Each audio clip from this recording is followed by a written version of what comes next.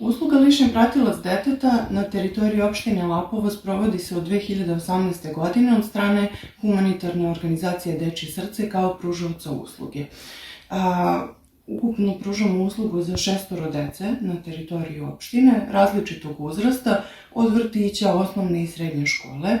Svaki lični pratilac sa detetom boravi do 8 sati dnevno i pružamo podršku prilikom adaptacije na školsko ili vrtićko okruženje.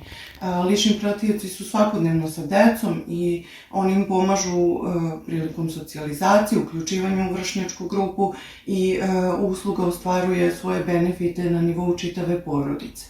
Tokom svih ovih godina imali smo jako lepu saradnju i sa Centrom za socijalni rad i sa opštinom Lapovo, kao i sa vrtićima i školama.